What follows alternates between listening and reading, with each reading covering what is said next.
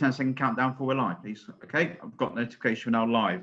So good evening, everyone, and welcome to the Russia Borough Council's Community Scrutiny Group meeting. I know it's been a long time since you've met. Unfortunately, our group meeting in March will obviously cancel with the current pandemic on. So this is going to be our first online Community Scrutiny Group meeting. I'd like to remind everyone that the meeting is being live streamed on YouTube. A recording of the meeting will be available afterwards on the Council's YouTube channel. In addition, under the Local Authorities Executive Arrangements Meetings Regulations 2012, other people may film, record, tweet or blog from the meeting. Use of any such images or sound recordings is not under the Council's control. All participants in the meeting are reminded to ensure that the audio of the meeting is as clear as possible. So if you please mute your microphones when you're not talking so we can keep the background noise to a minimum, that would be appreciated. Just for the benefit of the people who are watching this online and to make sure that everything works, I just want to go around the room so all the councillors can introduce themselves and all the officers on. So if I'll start with top left. So Councillor Sims. Yeah, I'm here. Yeah. Thank you. Councillor Williams. Yes, I'm here. Thank you. Councillor Healy.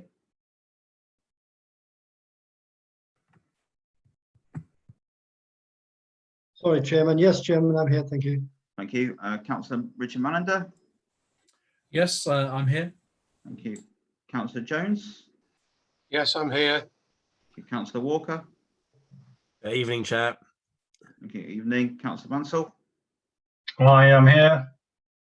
And we're just waiting for Councillor Dickman to rejoin us due to some technical issues. So then just go around the offices, starting with Dave Banks. Present, Chair. Thank you. Mr. Darryl Birch. Yes, I'm here. Thank you, Chair. Thanks, Darryl. Jeff Carpenter. Good evening. Evening. And from Democratic Service, you've got Helen Tarini, the Executive Manager. I think she's still meeting at the moment, and we've got Laura Webb, who's the clerk to the meeting. Okay, so thank you, everyone.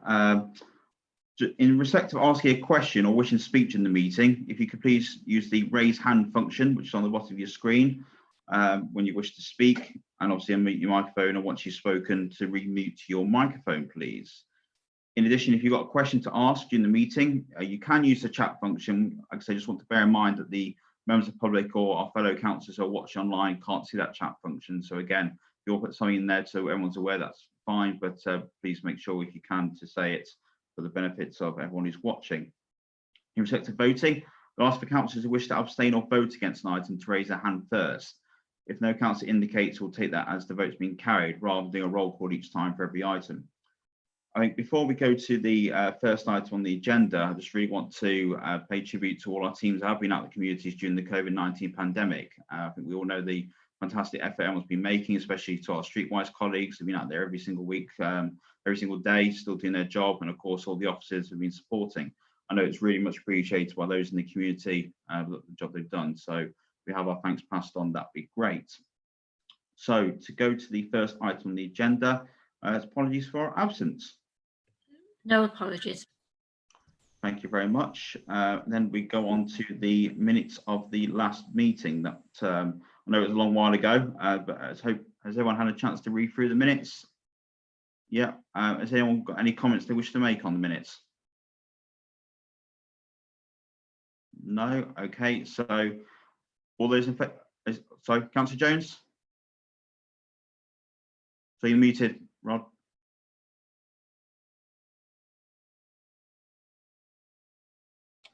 Yeah, apologies, Chair. I did send you suggested additions to the minutes because I think the officer's record of the community facilities item was a bit muted, and there are about 3 other points that I thought were quite important. And the first was, and this was coming from residents as well as my own experience, was improved timeliness of responses to inquiries, booking and invoicing. More direct bookings could be made if officers booking had greater knowledge of the key practical considerations. and the responsiveness of caretakers to booking room layout and other details was very notable. I can try and put those on the chat if you want, but yeah, I mean, I think that's beneficial for members to have a look at who are obviously at the meeting and see if they agree with the additions you want to make. Then we can have a vote on the minutes of those additions. I don't know how to copy it across. Okay, I would say if you want, you can select the text and right click and copy, and then go onto the chat function, right click and paste. That's my usual tactic for everything to do with copy paste. Councillor Jones, if that doesn't work, if you want to send me an email and I can circulate it to the group later, and I can add it to the minutes and circulate it again before it gets republished. Thank you. Yeah, Laura, I think that's actually the best bet rather than releasing that flow. So if everyone's okay with that, what we'll say provisionally to agree the minutes, but there will be revisions sent out by Laura after the meeting, which we will then do a vote by email in terms of the additions that Rod wants to make. Is everyone okay with that? I'll take that as a yes, so thank you very much. So then on to declaration of interest. Anyone got any declarations they want to make at all? Interest? No. Thank you very much. So then we go on to item 4, which is litter, dog fouling and fly tipping part 1. So I believe that's over to Mr. David Banks. Thank you, Chair. So this was a scrutiny request item. I believe it came from Councillor Walker, and it was approved by Corporate Governance Group to spend some time actually exploring how the council responds to fly tipping within the borough. And also looking not just at our enforcement work, but also the proactive work that we undertake as well. So tonight you're going to, in addition to the report that you've got in front of you, then we've got Jeff Carpenter, who's the council's environmental health manager, who's going to give you a presentation on various aspects to do with how the council seeks to tackle fly tipping. Obviously, we look forward to getting your feedback and comments about the work that's undertaken, and possibly if you can perhaps put any questions that you've got in the chat, and then we can work through the questions through the chair at the end of Jeff's presentation. Thanks very much. That's great. Absolutely, that sounds good to me. So we'll pass over to Jeff then, please. Right, I shall try and share my screen.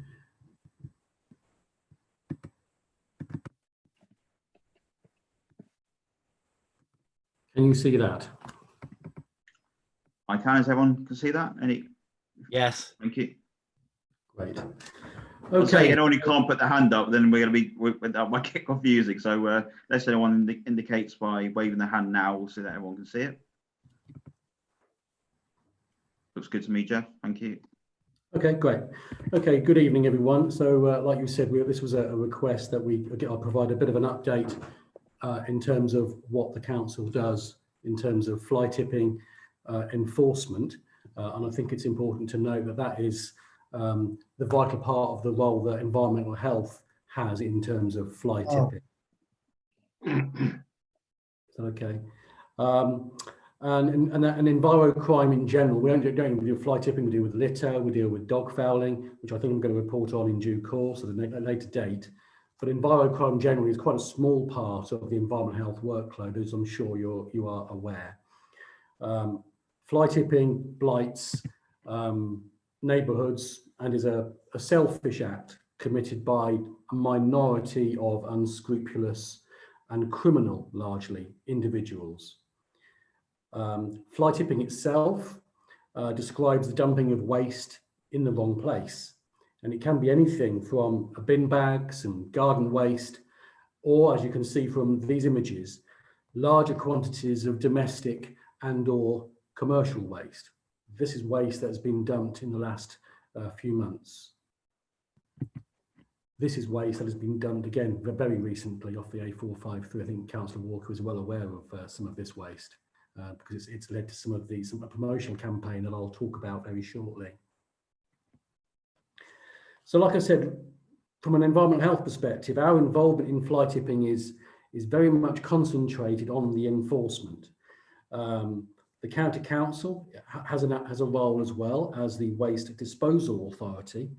And in terms of enforcement, I think it's absolutely critical that members are aware that resources to deal with in fly tipping, which I know are crucial to members and to communities, is really rather limited. To be fair, I think we do have 0.75 of an FTE, which is covered across 4 individuals in my team. So it's a very small part of each one of their jobs to deal with fly tipping. And when you look at the numbers of fly tipping, which I'll come on to very shortly, you will see that actually that's a very small resource indeed.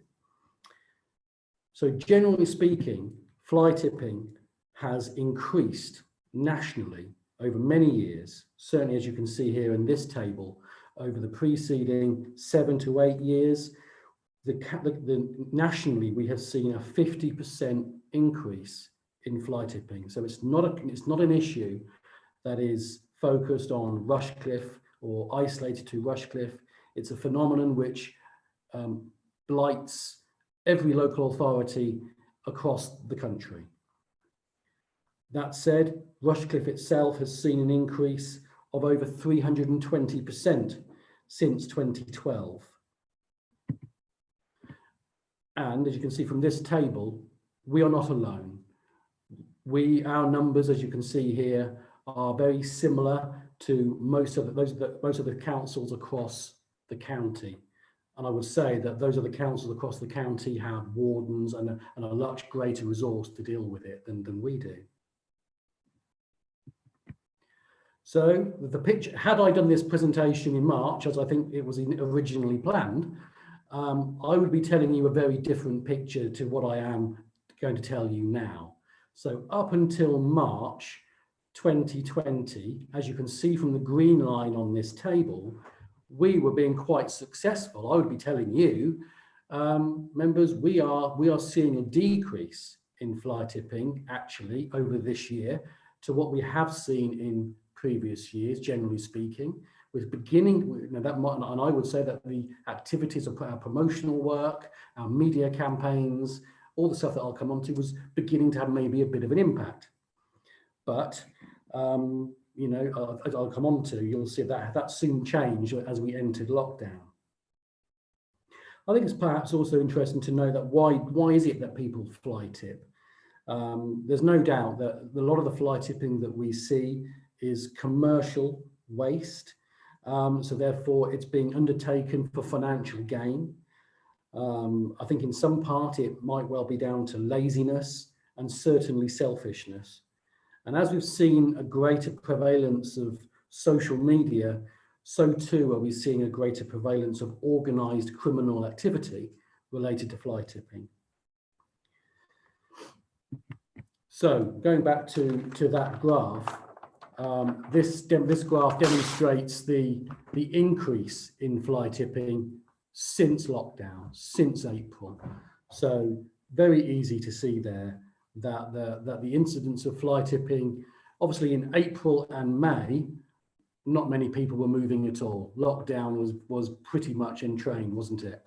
But and certainly I felt it myself in my own house. You know, so I couldn't get out to the tip in April and May, and I was beginning to store a lot of waste in my house. Although I would like to think I dealt with it responsibly, waited to the right time and got to the tip. But as you can see, as people began to move and were able to their freedoms were allowed again, we've suddenly seen a significant increase in June. In fact, a 185% increase in June.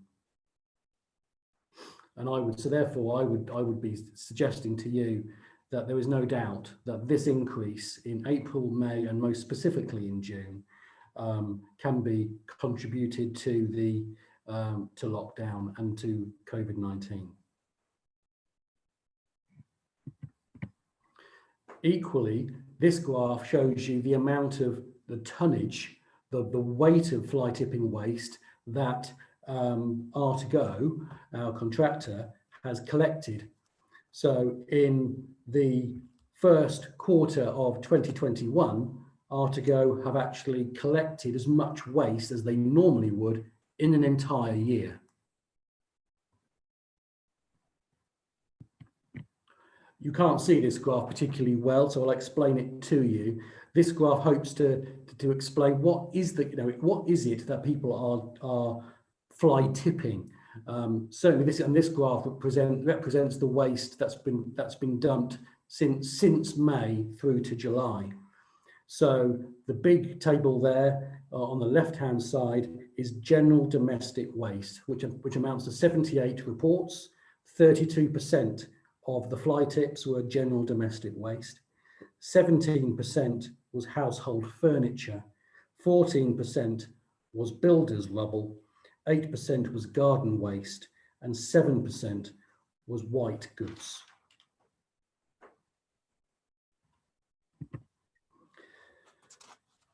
So this graph, fly tipping is we can't deal with it all on our own. We have, we do work in partnership with a range of agencies. And we're not alone in our enforcement. The Environment Agency are responsible for dealing with large fly tips, the really large fly tips. I forget the amount of waste. I'm sure Dave will know the particular weight, but very, very large fly tips are the responsibility of the Environment Agency. But we work then with others.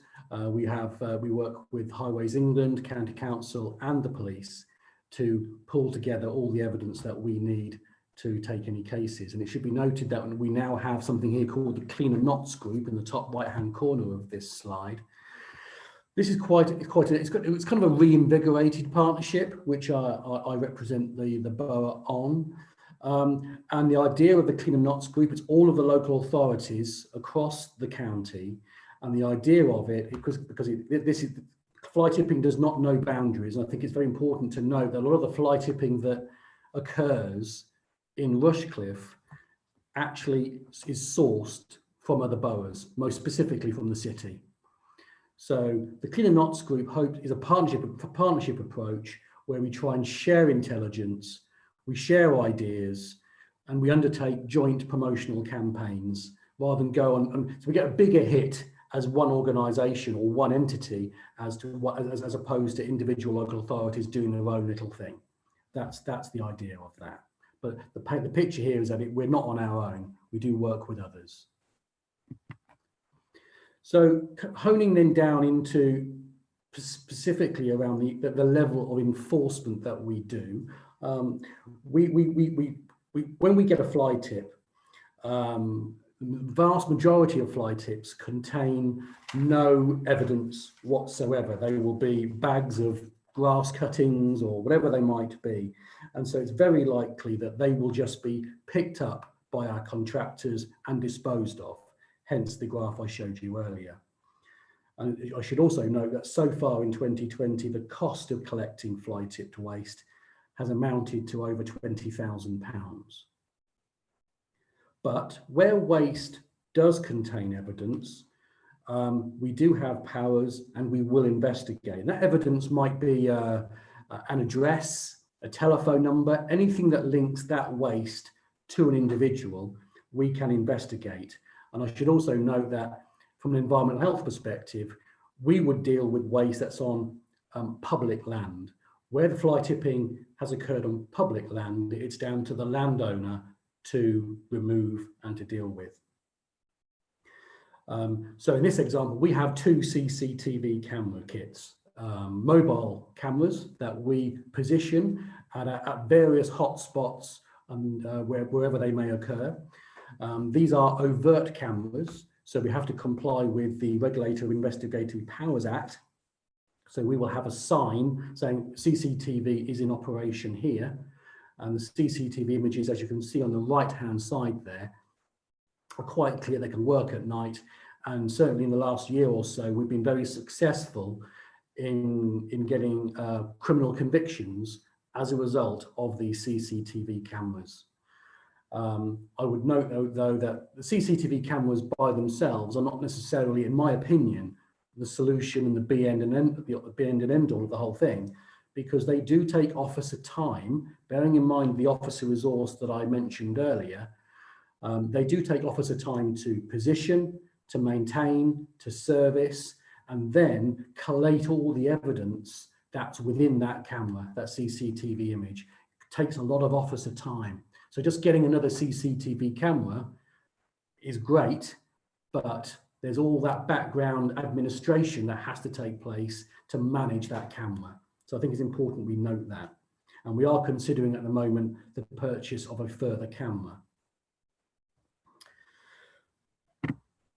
So in terms of actual enforcement, I think given the resource that we have, we are, and this is in 2021 or 2020, this is, and you can see, notwithstanding the fact that demand across my individuals that are working in this area, whose workloads are, so far, I think we're looking at about 150% increase in demand across all workloads. They're dealing with antisocial behaviour, they're dealing with all sorts of other things.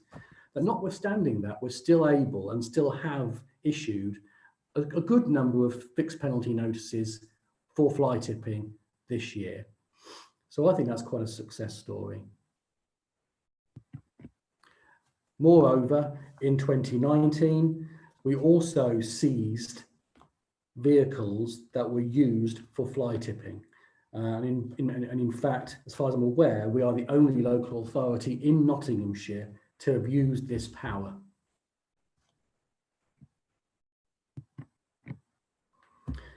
Campaigns, I talked earlier about the Cleaner Knots group. So we will regularly, we do have a campaign throughout the year to try and prevent, so that we will put up posters like this to try and raise the awareness. We'll work with our comms team to try and raise the awareness of fly tipping and that we are active in it. But like I say, a lot of the individuals that are undertaking this activity are of the criminal type.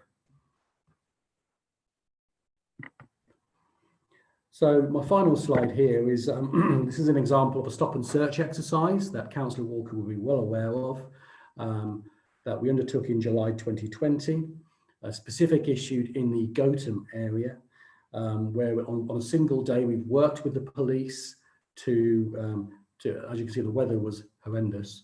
We've worked with police, we've checked a number of vehicles. I think the police checked 11 vehicles and issued a traffic offence report. As you can see from the bottom photograph there, we've identified a couple of scrap metal dealers. We've checked that they are proper waste, that they have a waste carrier's license to carry this waste, and on this occasion they did, which is good news. That's into my presentation, Chair.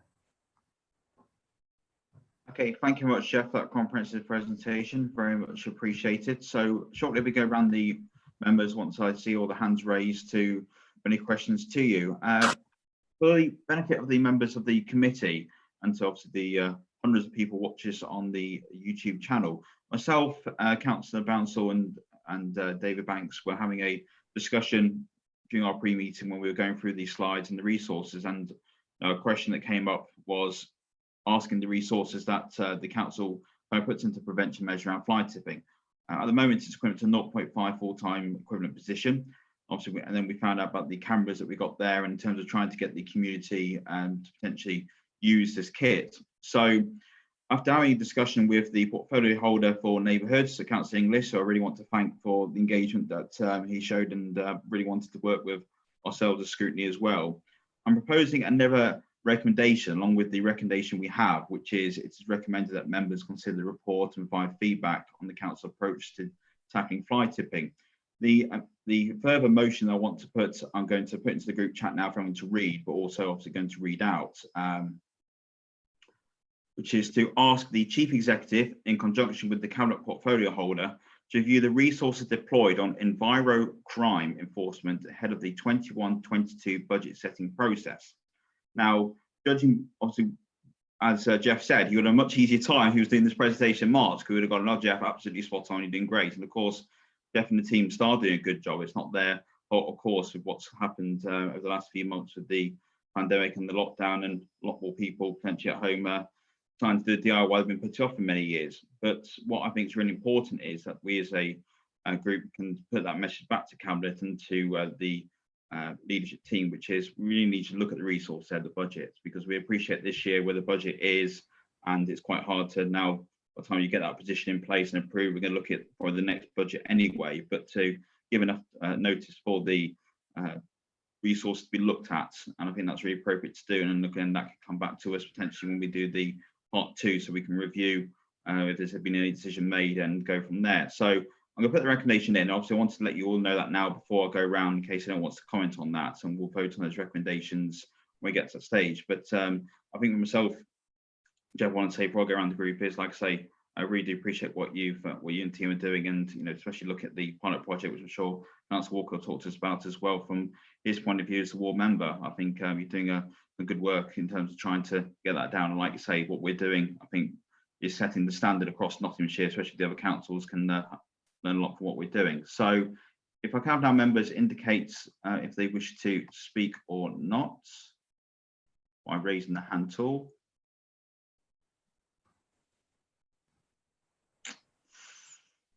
I'm not getting any appear at the moment as what wishing indicating to speak.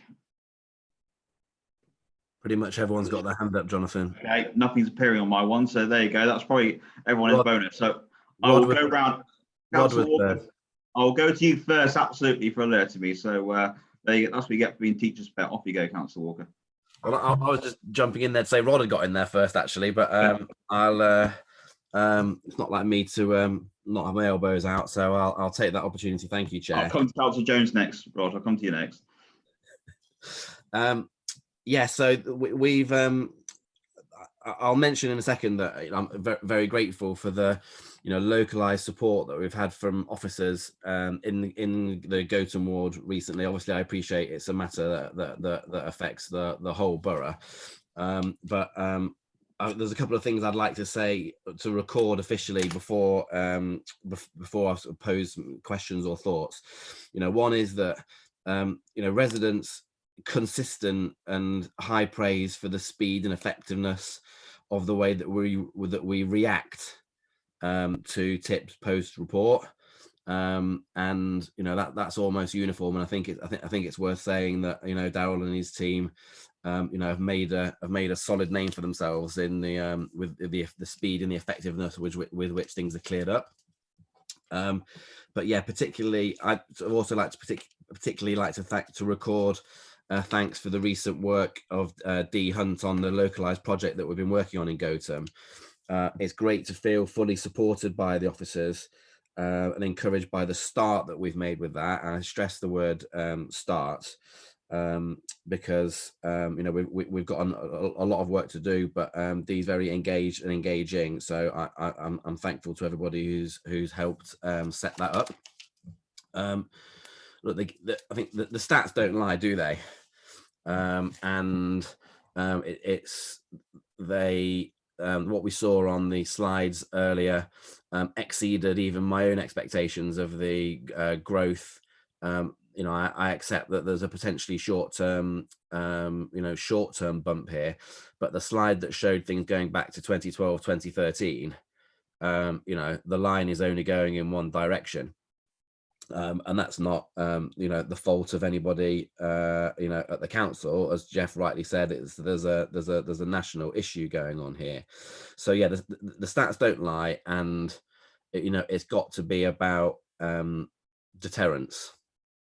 Some of the kind of small things I think it would be worth mentioning now. I think it would be useful. Certainly for my own benefit, but I'm guessing more widely, if the specific arrangements clarify access to the city and the county's waste and recycling centres was well known. I think I'm right in saying that you don't have to register your vehicle anymore to get into the county, but I stress I think that's the case. So I think it would be good for us to know, understand and kind of push that widely.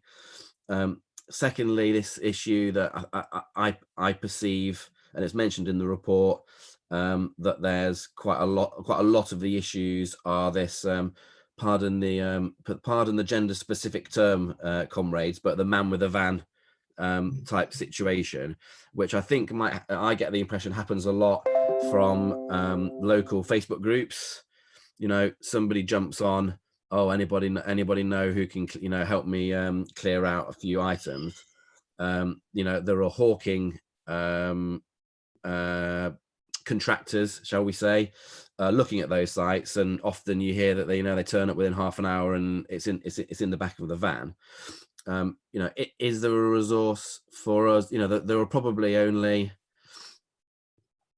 20 such big groups, Facebook groups in the borough. Have we got the resource to be kind of patrolling those, if you like, and making it, getting the message out there that if you are looking for such a service, then these are the things that you need to be checking.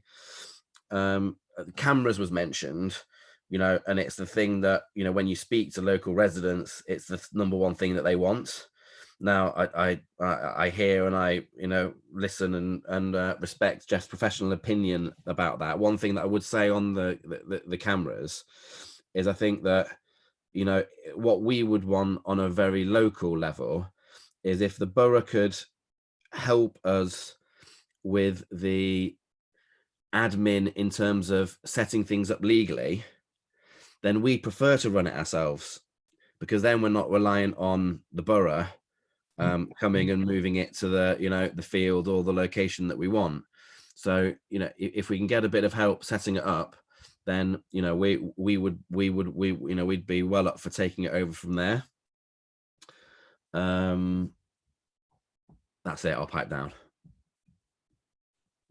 Thank you very much, Councillor Walker. So I'll go back to Jeff with the questions that you've raised. If you could address them, please.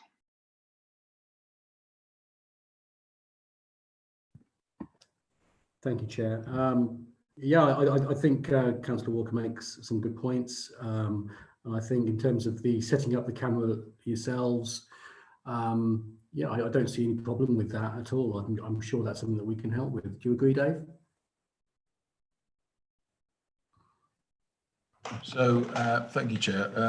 So on that particular point, I think that obviously there are some arrangements that we need to work through about RIPA, overt human intelligence sources, etc. There's a raft of legislation and compliance for us to work through. But if we can, once we can develop that, then happy to try and sort of pilot an opportunity. And if there is a local interest, then we can perhaps provide some kit and see how it goes. So yeah, we're happy to take that away. Okay, thank you. Anything else you want to add, Jeff? No, I'm okay. That's great, thank you. Okay, thank you very much, Councillor Walker. So I'm going to Councillor Jones next. Apologies, Councillor Jones, didn't see your hand up first. Thank you. Yes, thanks very much for that detailed report. I thought the public reaction was good to the crushing of the vehicle and the taking of the vehicle, and I think any more of that sends a much stronger message than any number of posters and campaigns. Before I forget a bit, I agree with your addition to the motion, to the recommendation. There seems to be something in the air, in the psychological air, in the response to COVID about litter, because litter seems to have been dumped everywhere. We know in parks and as well as fly tipping, and it'd be really interesting to understand what the mechanism is that's gone through a small section of the population's mind, but maybe that won't get us very far. I do think Councillor Walker's comments about the restrictions on usage of tips is highly relevant. I know there's still this barrier about crossing between the city and the county tips, and I'm sure that cannot help. I think my other question was, we obviously went down from 2 tips, recycling centres in Rushcliffe, to 1. And for many people in rural areas, I'm not suggesting that everybody in rural areas is criminal, but it must be quite tempting. Now, Rod, that's the headline to our warning. So, but it must be tempting for people, a man with a van in the rural areas, not to travel all that distance to Bridgeford and queue for a long time to get there. I just think that's another disincentive. And I don't know whether there's any progress in setting up the second recycling centre, but that further out in Rushcliffe areas would, I think, be advantageous. Thank you, Chair. Thank you very much, Rod. I'll also go back to Jeff. Just I think it's helpful if I say, 'cause I'm, as you all know, I also serve on the county council. I think I'm the only one here who does. And just to put that point about the second recycling centre, it is still absolutely my understanding that we are going for that second site. There was a, from what my understanding is, the site that originally was going to be used unfortunately fell through due to an issue with the landowner. But I know absolutely still priority to have that second site. And again, I'll wait for Dave or Jeff who've got more knowledge on the agreement with the city, but I do know again from understanding I have from the county city border, there were discussions, unfortunately didn't go much further. And if you actually pull onto the site at Redfield Way, there's a big sign from the city saying city residents only to come in there. So they are quite forceful in saying, excuse me, don't try crossing the border with your waste. I imagine with the issues we've had at West Richards recycling facility with the queues, I imagine there was quite a few people perhaps trying to jump over. So thanks, Rod. I'll pass it back to Jeff, if I may. Thank you, Chair. I think the only comment I would make to Councillor Jones's comments there were that a lot of the fly tipping where we have taken action, the man with the van, as Councillor Walker mentioned, these are individuals who are, in my opinion, are not going to go to.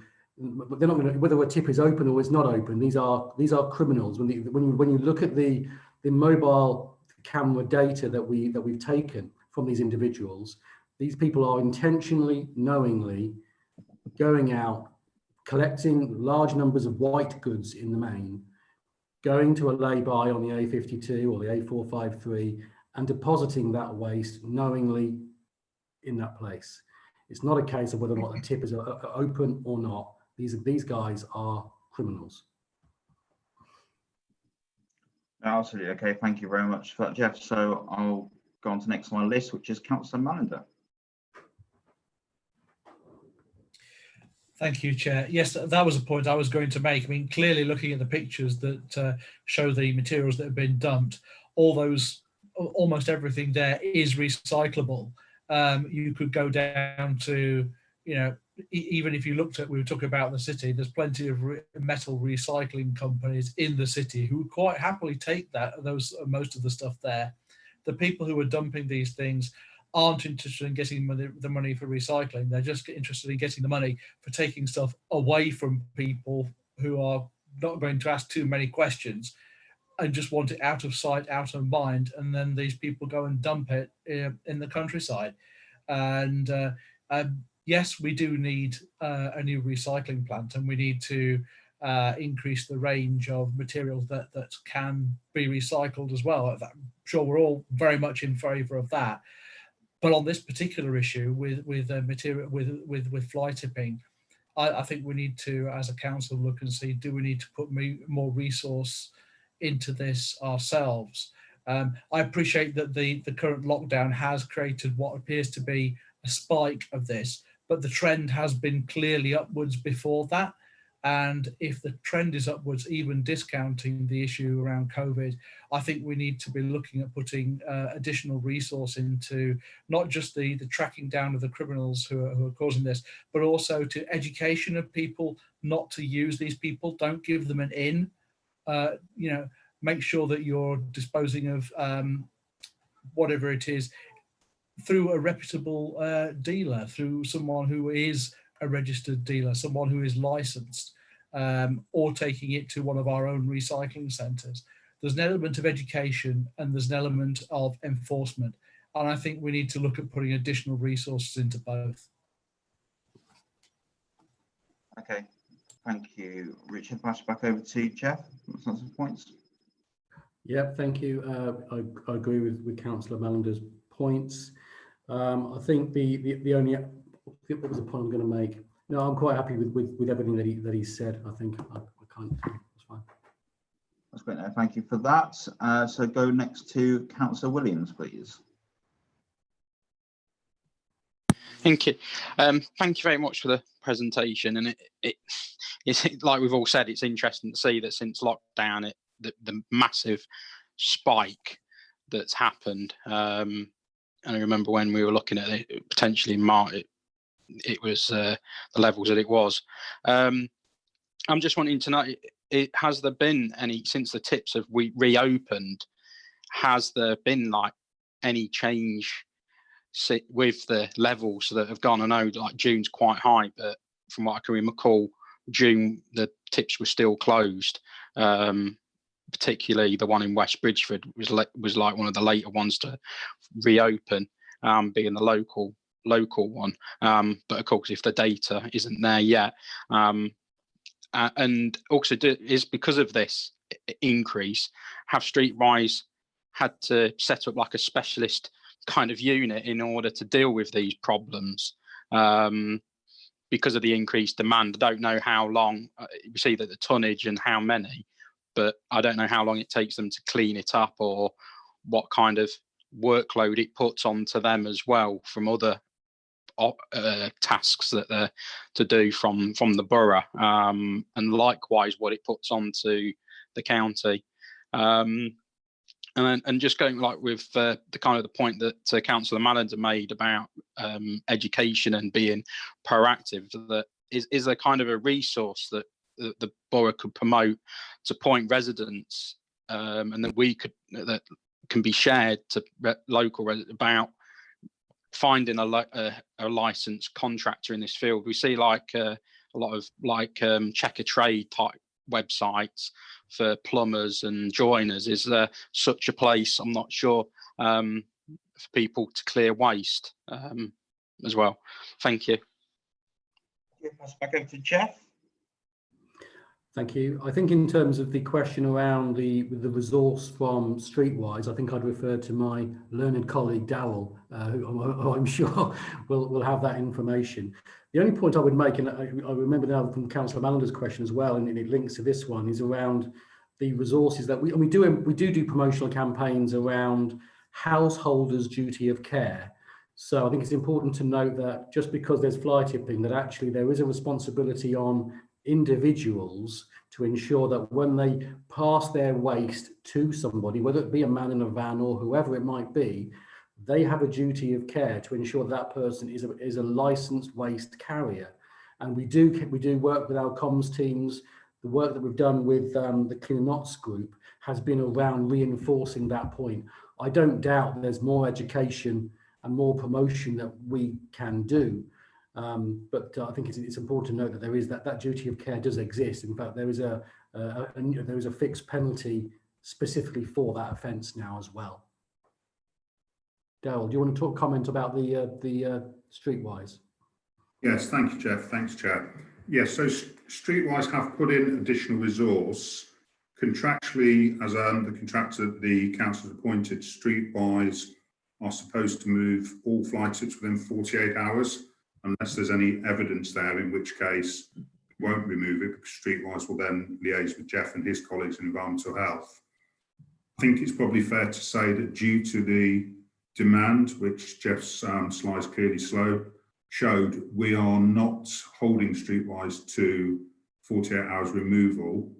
However, we have to balance that carefully against the fact that we do know that occasionally fly tips can attract more fly tips.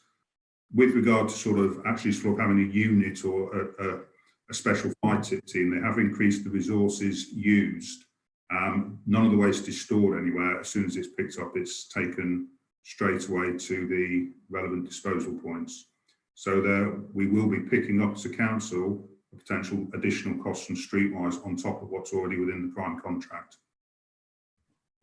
Okay, thank you very much for that, Darryl. Can I go to Councillor Healy? Thank you, Chair. Most of the points, frankly, I was going to make have been made, but I'll just go back briefly to the man with the van, and Jeff has just touched on it with regards to educating householders, and I'm sure there's work going on with that at the moment, but we probably need to be making sure that they are aware that there are implications in terms of fines and so forth as far as they're concerned. But of course, the temptation is always going to be there to use the man with the van in the knowledge that if I've got no idea on what he's picking up, I'll be okay. We talked about cameras and overt cameras. I'm assuming, and please clarify for me, Jeff, that we cannot, for whatever reasons, be covert with our filming. I'm just thinking of a man with a van turning up at a site where there's clearly signage saying We have got cameras on site. I think I'd want to drive away and find somewhere else. Now, we must have hotspots within the borough, I would have thought, that perhaps we can't cover. 2 cameras limit is big style. The final point, perhaps again, just for clarification for my benefit, is responsibility for clearance, the rubbish that's dumped on private land. It seems very unfair that the landowner has to then tidy up and clear somebody's mess. Thank you, Chair. Thank you, Councillor Healy. Go back to Jeff then, please. Thank you. Yes, I take your point. In terms of the cameras are limited in terms of how far they can see, and so that we do know where our hotspots are, although those hotspots move, as Councillor Walker was well aware. And yes, we have to use we have to comply with RIPA, the legislation related to surveillance. We can't put cameras up privately, or they have to be overt, so we have to have signs.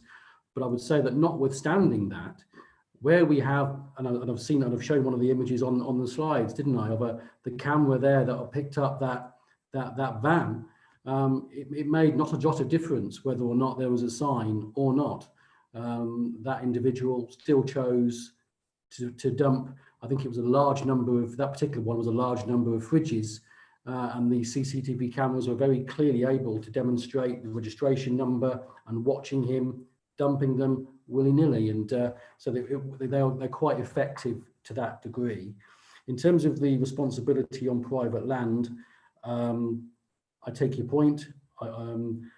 Clearly, if there's evidence of, we're not only going to take evidence purely on CCTV camera or the content of the waste. We could still take action if there's still evidence within the waste. But in terms of the responsibility to remove and clear up the site, that does rest with the owner of the land. The only other aspect I would say, in terms of the evidence required, we're now seeing a lot more evidence come towards us with dash cam footage on cars, things like that. So that any evidence like that we can still use. Thank you, Jeff. Okay, thank you very much. And for the question, Councillor Wheeler. Sorry? Dave's got his hand up. Dave Banks. Okay, yep. Mr. Banks. Hey, Chair. So just to add to a couple of points that Jeff was making earlier. So the Environment Agency website has a license checker on there. So if many members of the public actually want to go onto the Environment Agency website, they can check the license number, that it is a bona fide license number issued by the Environment Agency for to be able to carry waste. And that's a promotional campaign that we regularly run to make sure that residents do make those checks, because otherwise they're potentially committing an offence. And so we sequentially keep running that as a campaign and a promotional. And I think Councillor Walker's point earlier about sort of keep reminding the key social media sites around the borough is important, because often, you do see people asking the same question: how do I get rid of this? And it's an open invitation, I'm afraid, for somebody who just wants to make a quick pound. I think the other point to mention is that, obviously, from the camera's point of view, the signage is overt, but obviously the cameras are hidden. So that's generally how we operate it. Unfortunately, the government some years ago made it more challenging for us to do this kind of surveillance. And if we wanted to do covert surveillance, we'd actually have to go and get authorization from a magistrate, which, as you can imagine, is rather time consuming and probably an unnecessary arrangement. That was because at the time the government felt that envirocrime wasn't as important, if you like, as other types of crime, which I think many members and indeed residents would beg to differ. Thank you for that. There's a bit of context to it. That's much appreciated. So the hands up we're not gone to yet. It's last but not least, before I go back round to a few other members want to speak, Councillor Bansal. Hello, thank you. So just for the record, I want to say thank you as well. I think a lot of the points that I wanted to make have already been made around the communication, the education. Just one thing that Councillor Walker mentioned right at the start, around Facebook you mentioned and the comms that take place. It's great, and David just mentioned around, I just wrote it down, like promotional campaigns, regularly educating residents, communities, etc. Could we target that more? I know on some of the social media you've got ability to target your message to particular areas. So if we could match that to where a lot of this fly tipping is taking place, is that an opportunity? Yeah, I don't see any reason. Sorry, Chair, is that okay?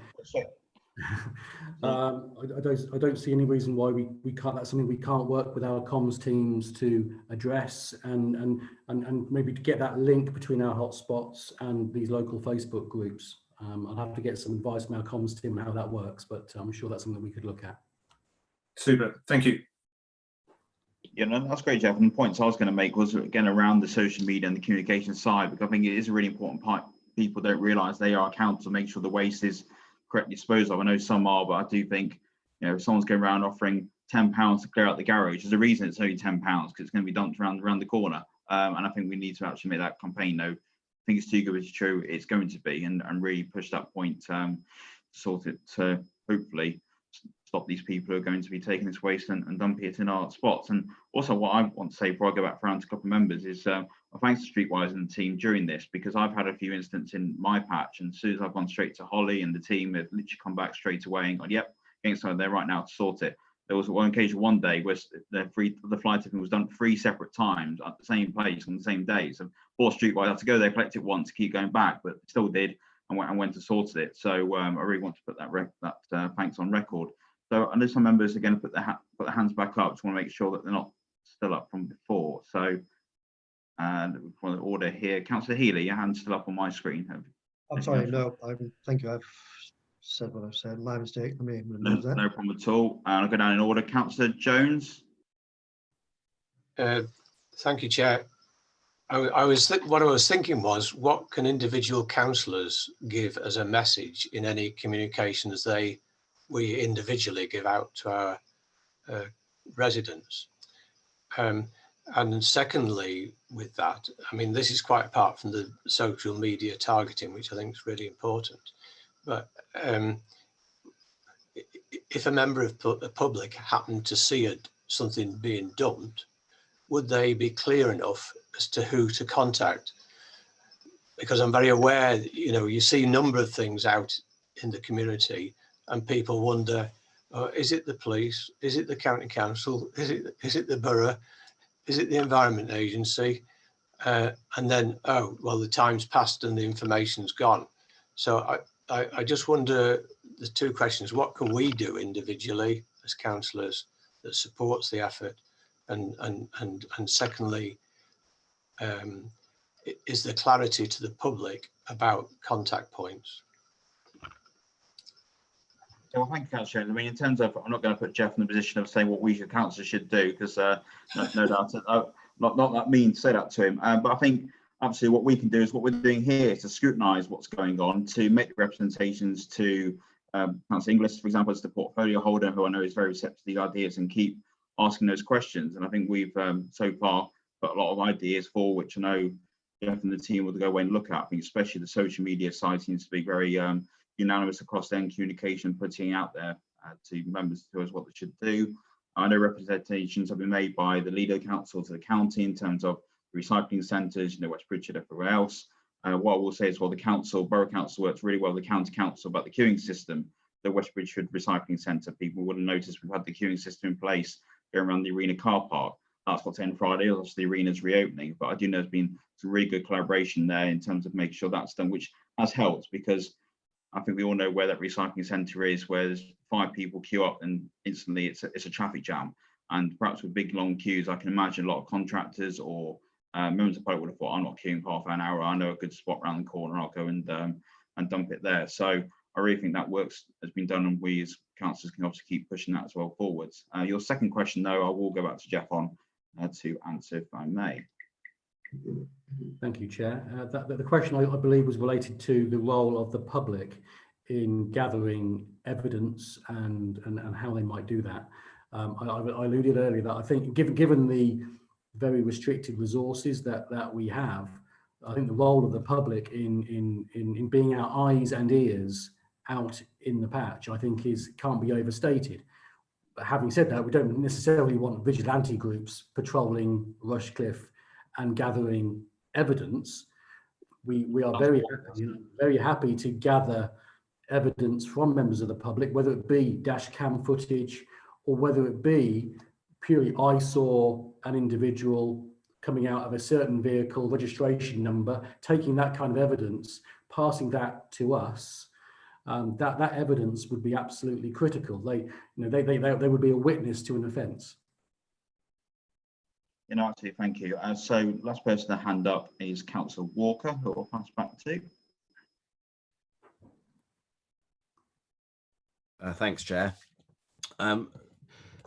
I mean, Councillor Jones, poses the question: what does he think that we could do? From the experience that I've been having recently in our patch, I think I've written down 3 things quickly. One is, notwithstanding the figures that are there, it came to my attention quite early on that it was clear that if anything, there's underreporting that goes on of the issues. So I would encourage you all to make sure that people know how to report it, and if that be I've had since getting more and more involved with this, I now have people Facebook messaging me, sending me the photos, and maybe they've reported it, maybe they haven't. Sometimes it's easy to walk past something, isn't it, and assume that somebody else has reported it. So clear messaging about making sure that the officers are on mute, I think, but look, if they have it reported 5 times, the same thing, that's better than it being reported 0.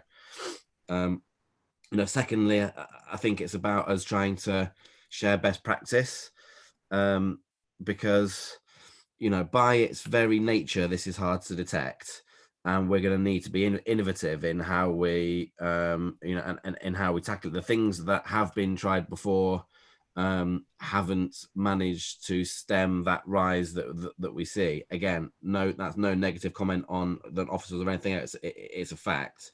So as and when we do come up with and try new things, we need to be sharing with one another the things that worked and didn't work.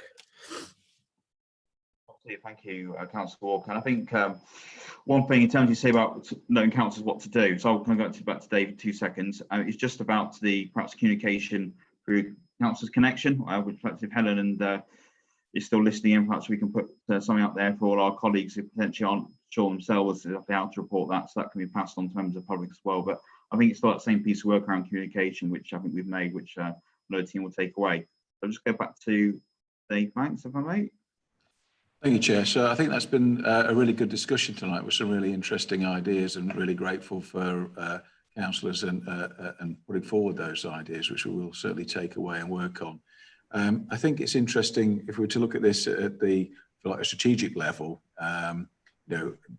until as a society we actually make waste or view it as actually a resource. And there's a really nice link with the next presentation that Darryl will be doing about the resources and waste strategy. But a lot of this waste, as has been pointed out this evening, it is a resource. It has a value, and until society starts to view it in that way, then I think this is always going to be a challenge. However, I think we've got a 3-pronged approach which has been sort of identified this evening. It's around, yes, enforcement is important. It's a hugely important part of the jigsaw. The second area is around disposal, and that's not just about household waste disposal, but also trade waste disposal as well. What are the routes there for people to actually utilise and dispose of trade waste? And then the third thing is about making sure that we've got a strong communication and education message, and a really, really clever approach to that, layered,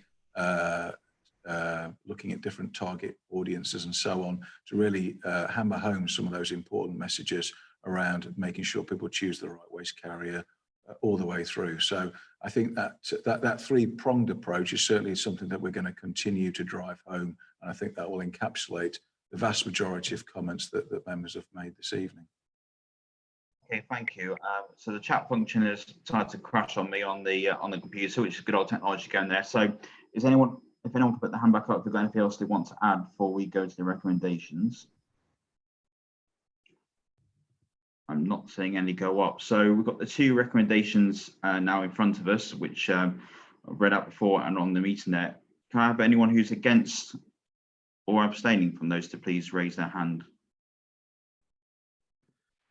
Jonathan, I don't know whether you saw in the chat that I suggested a minor beefing up to the new one, or are you just ignoring that?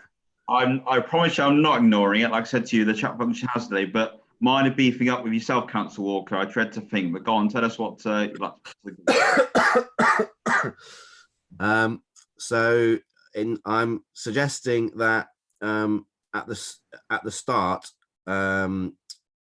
we insert, and I didn't actually catch the number, but in light of the X% increase of fly tipping incidents in the borough, okay, which would then go on to include to ask the chief executive, blah blah blah blah blah, and then after budget setting process, with a view to providing suitable additional resource to cope with the increased workload.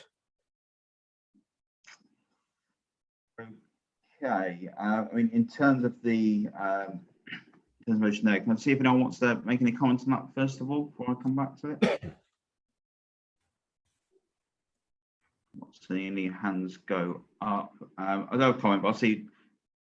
Dave, do you have any comment you want to make on that motion first of all before I come back?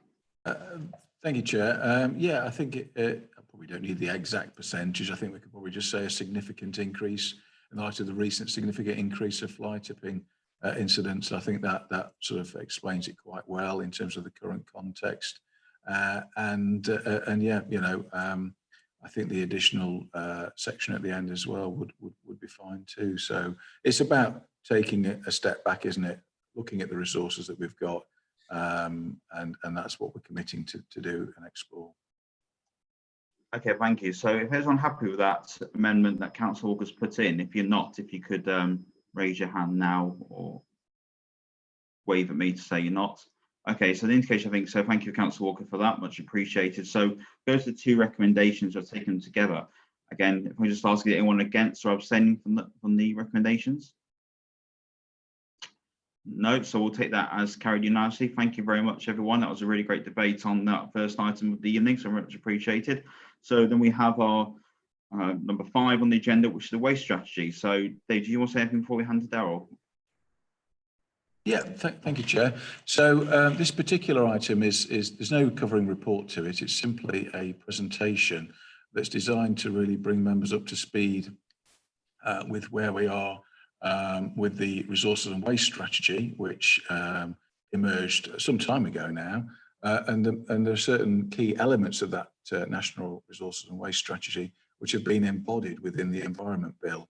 And Darryl will guide you through those particular elements. And it's important because in addition to some national changes and requirements on producers around packaging and so on, it could well, if it becomes law, have a significant impact on our current waste collection arrangements as well. So I think it was a very timely item. Obviously, it's been affected. The progress of the bill has been affected by the pandemic, which again, Darryl will touch on, but I'm sure it will see the light of day fairly soon, later this year. And so it was an important topic to actually discuss and bring to your attention. Well, thank you very much, Dave. So hand over to Darryl, please. Darryl, welcome to the meeting. If you'd like to deliver the presentation, please. Thank you, Dave. Thank you, Chair. So I'm just going to hopefully share my screen with you all, which hopefully you'll be able to see in a minute. Yeah, I can see it. If anyone who can't see it, if they can say so now, if you can't see it on your screen. No one's saying it, or if they're saying it, they're muted, so I'll take that as a go, Darryl. Okay, so thank you. So members will probably be pleased to know this is a relatively short presentation. And the reason it is relatively short is because there's actually been little progress and little update on detail since March, when we were initially supposed to come to Community Scrutiny Group with this presentation. So, as I just said, it was planned for March. There's a number of areas where detail remains very sketchy. And I think the thing I would say is a lot of this comes with a bit of a help around detail, because there's a lot of stuff going on behind the scenes at the moment, debating the bill, but the detail is quite hard to come by. I think one of the important things I will cover later is, initially, when the Environment Bill was introduced, as Dave mentioned before, there's going to be potentially significant change. And it was very clear in the bill that there was an initial commitment to cover the significant infrastructure costs, be that capital or revenue costs, that may be incurred. The other thing that's clear as well is some of the initial timescales may now be subject to change due to lockdown and COVID, unfortunately. So a bit of background for members. The Waste and Resources Strategy was first launched in December 2018. I have to say it was very welcome, because we had for a number of years been at a bit of a lull in the fact that we didn't really have much clear guidance from central government about what they wanted to do with waste nationally. So officers across the country actually welcomed the strategy when it came out. It went out for consultation in spring 2019, and subsequently the Environment Bill was published later that year in October. Progress was good to start with. We had 2 readings in the House of Parliament, and then the first reading in the House of Commons on the 30th of January. And then, as you can see in red, COVID happened and things have slowed down. So the very latest update that we found out this week is the Public Bill Committee that are looking at the bill are due to report back on the 29th of September. And also, interestingly, just for members' information, Ruth Edwards MP is a member of the Public Bill Committee looking at the Environment Bill, so I'm not sure if you're aware. So the Environment Bill is a huge 244-page document, and it looks at 4 key areas. One is air quality, one is water, one is biodiversity, and the main thing we're going to focus on tonight is resource efficiency and waste reduction.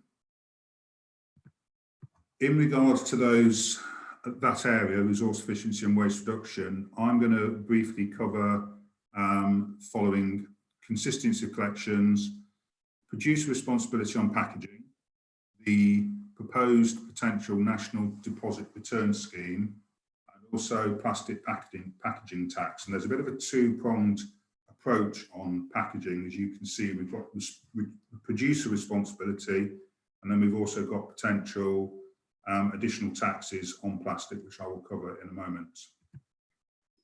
Just before we come on to that, I just want to sort of give a very brief piece of background on our current performance. So, as members are probably well aware by now, we have now for a number of years had the alternate weekly collection service, where we pick up the grey residual waste one week and the blue recycling waste the next week. We have a very successful subscription garden waste service, which is currently bringing in annual income of just over 1.3 million a year. We collect 50,000 tonnes of waste generally each year, and half of that is recycled or composted. So our recycling rate generally hovers around the 51–52% mark, which consistently makes us the top recycler across Nottinghamshire. And we average about 2,500 tonnes of glass collected from our bring sites. I have to say, over the last 2 months, as well as some of the other behaviours we've seen with COVID, we have seen a significant increase in the amount of glass that's currently being collected, as well, with a record month last month. I'm not sure if that's a good thing or not. And finally, I would also just sort of like to point out, we continue to have very high satisfaction levels. And there was mentioned before of some of the work we've been doing with maintaining services over the last 3 months. It's fair to say, being in charge of refuse and recycling and speaking to the lads that carry out the service and the ladies that carry out the service on a regular basis.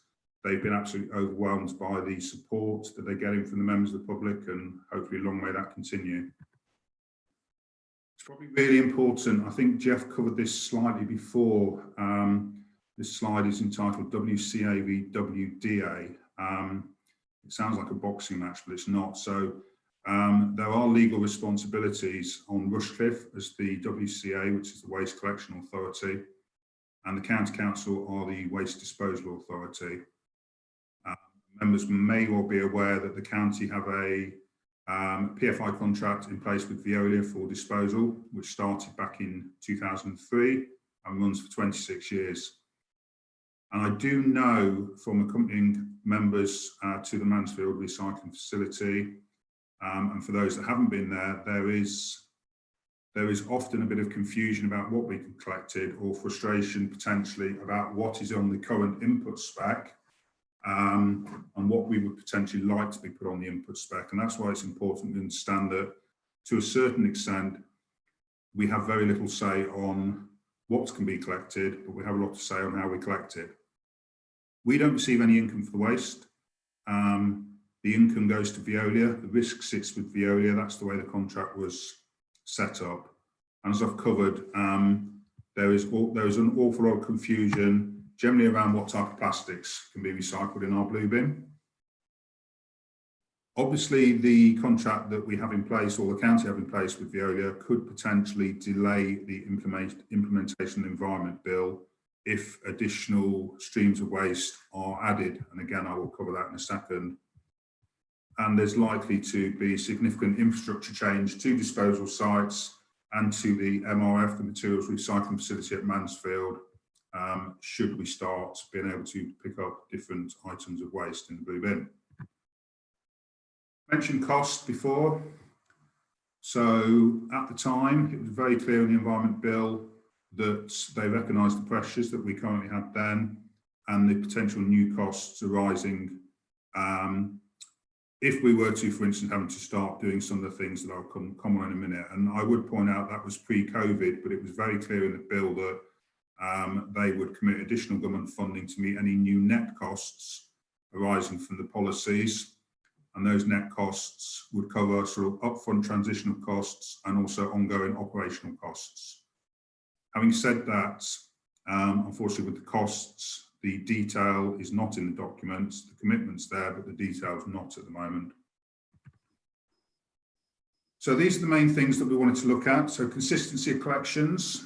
The Environment Bill says that all local authorities should carry out a weekly food waste collection to be in place by 2023. And we should pick up a core set of materials again by 2023. Now, most of their materials we pick up at the moment in our blue bin. So it's paper, card, aluminium and steel cans and plastic bottles. They would like to see us include plastic pots, tubs, trays, and potentially Tetra Pak as well. One of the things that many of the councils do is collect this type of waste commingled, so mixed up in the blue bin. And there has been suggestions that maybe the government prefers to carry out separate collections. Clearly there is an additional cost in those, but a lot of the recycling industries would prefer the materials to be collected separately to improve the quality of the materials collected. However, we have a saying in waste called TEEP, which is covered in lots of other industries as well. The government are actually quite clear that they want us to make local decisions around how we collect the waste. And therefore, as long as we feel it's technically, environmentally, economically and practical to carry out collections as we are at the moment, then the suggestion is that they are currently happy with a commingled collection of waste from the blue bin. There's also recognition that in some areas disposal contracts may make meeting that 2023 deadline impossible, and that's what I was just mentioning before about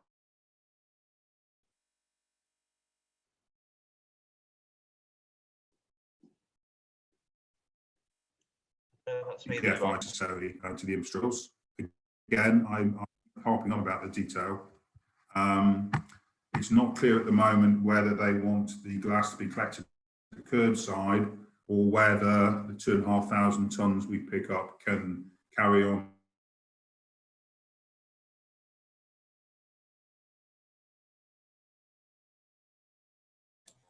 Jonathan, he's frozen for me. I don't know about you. Yeah, Daryl, you're just dropping out your connection slightly there. Just Dave, I don't know if you want to take over while Daryl gets his connection sorted.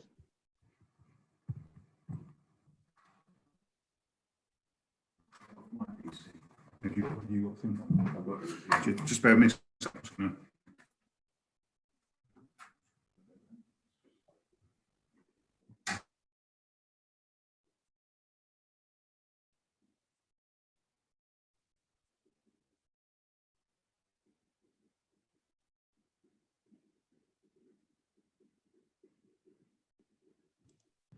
Apologies for that. So hopefully you can all hear me now. To transfer to Dave's computer. Yeah, I can hear you. Everyone else okay? Just miss Madam Mayor. Yeah, absolutely. Yeah, it does. So you can get a royal appearance on this committee. You don't get that any other committee, do you? Absolutely. Back to you, Daryl. Okay, thank you. So we've mentioned about potential glass collections from the curbside, and what I was saying is I think our preferred preference would probably be to carry on collecting from bring sites. Curbside collections remain expensive, especially if the waste is the glass is mixed, and we would actually much prefer the waste not to be mixed and collected. I'm sorry, I'm just trying to bring up the presentation now, Dave. So seems to be having problems on Dave's laptop as well now. I think he's behind you. This is technology for you.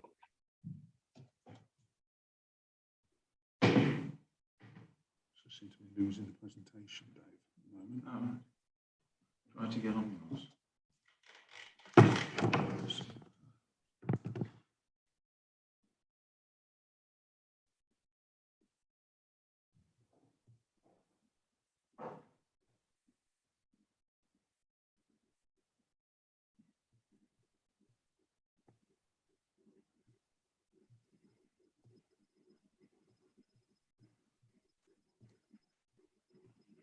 Right, laptops again. Hopefully everyone can hear me now. Yeah, it was still a bit. The audio was still a bit fuzzy there. How we'll keep going on. I think it drops up. Right. Hopefully, if everyone can hear me, I will carry on. So we mentioned about glass, and basically we are picking up about. Yeah, Darryl, unfortunately, the audio keeps dropping in and out. I mean.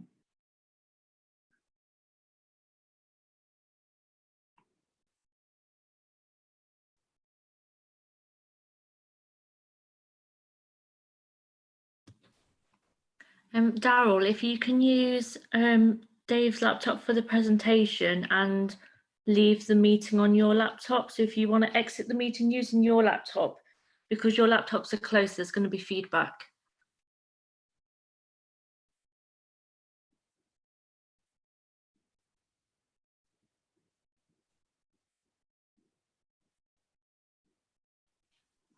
Apologies to anyone watching online. We're just having a couple of technical issues, so you can see this isn't stage managed. Just bear with us. We'll be right back with you.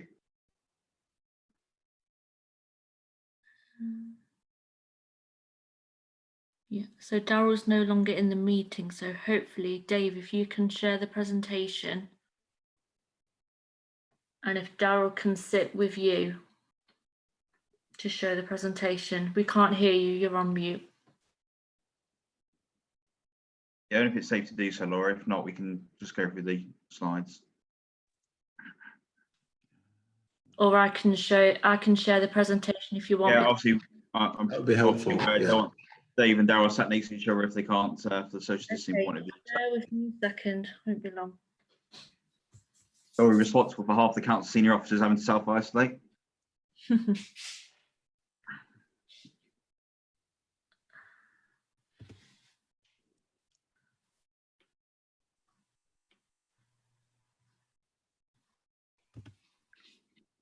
How much more presentations left? Is it worth giving a verbal update and we can send the slides out afterwards to members? If Dave or Daryl can hear that. I'm just loading up the presentation now. Okay.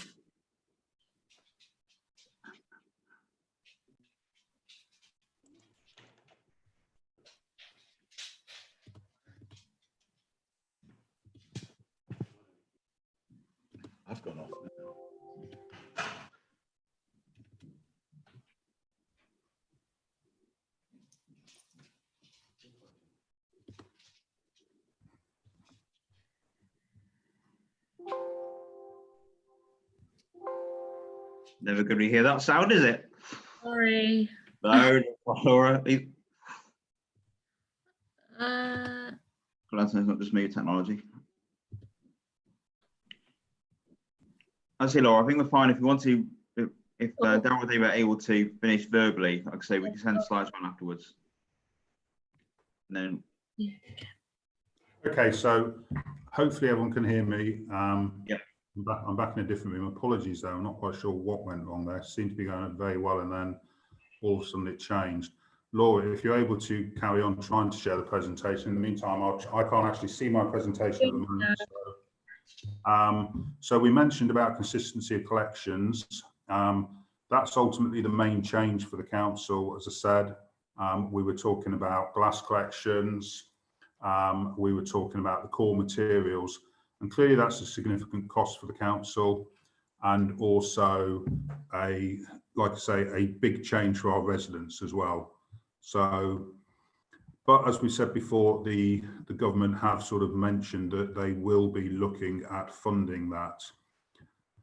Just go back one. That's perfect. Thank you, Laura. I've got that now, so I can read that, Laura, and hopefully, if you're okay with it, I'll just change slide. Yeah, that's fine. Thank you.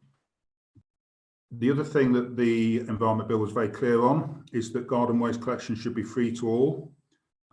Clearly, I mentioned that the income is coming in at £1.3 million at the moment. There is also been significant feedback, as you can imagine, from the local government association and others, that they don't feel that garden waste collection should be free.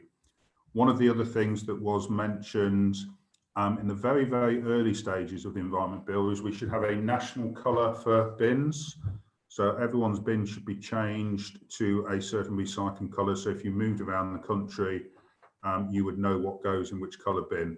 Have to say, probably unsurprisingly, there was very little support for that.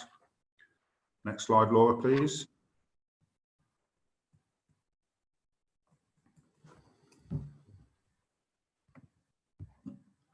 So the second part that we just very quickly want to cover was on the producer responsibility on packaging. As I mentioned, the Environment Bill takes a sort of two-pronged approach at looking at packaging. The strategy has been very clear on the fact that the polluter pays principle applies. And by polluter, they are referring to manufacturers of packaging. So they are looking to extend the producer responsibility scheme for packaging. And this would be just, Laura, we just moved off a slide. Not quite sure what's happened. Sorry, thank you. So they're also potentially looking to further extend the scheme for all packaging. So this isn't just plastic packaging, this is for all packaging. And for instance, in a few years' time, it could include tyres and textiles. What will happen, or what the government hope will happen on that, is it will see the producers start to use more recycled packaging that's more easily recycled. And there's, as I'll cover in a minute, they are looking at potentially putting taxes on some of the packaging. The polluter pays principle refers to something called full net recovery of collection and disposal. There's actually very, very little, again, detail on what full net costs mean. So at present, we're unsure whether the full net cost will cover the collection and disposal costs, or maybe just the disposal costs. And as we've mentioned before, the disposal costs sit with the county council, whereas we are the collection authority. So I think there's still some more detail to come from that, and exactly how the tax payment system will work. If we're able to move to the next slide, Laura, thank you. So many councillors probably will either have been abroad and seen the deposit return schemes that work in various countries very well, or some of you will remember the old scheme where you used to be able to return your particularly glass bottles to the shops and pubs and get a few pence for them.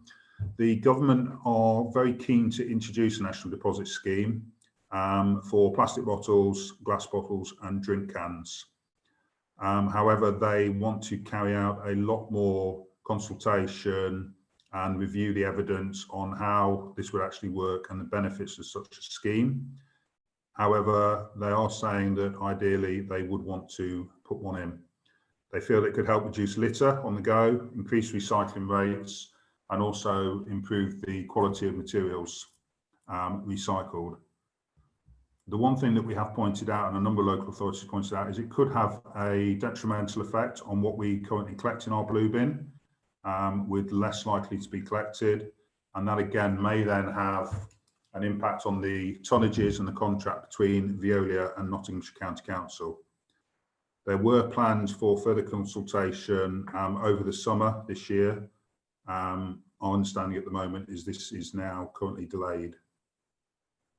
Laura, please, next slide. Thank you. So I mentioned a two-pronged attack. So the producer pays principle was very much around all packaging. The plastic packaging tax goes back a number of years, and there was a call for evidence in 2018 about plastics, and this followed the publicity around Blue Planet and other programs, and it had a huge response. And the government are very, very keen that more is done on plastic packaging to help tackle plastic waste in general. They were proposing to announce a introduction of a £200 per tonne tax on plastic with less than 30% recycled plastic in.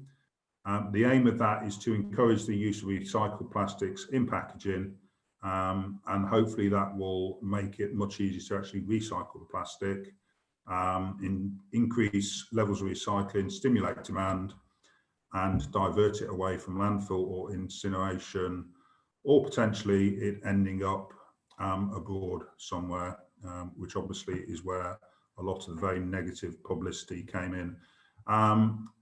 And if you think back to the success of the carrier bag scheme, this is a really good example of where they are very keen to push work on more plastic packaging, particularly single use.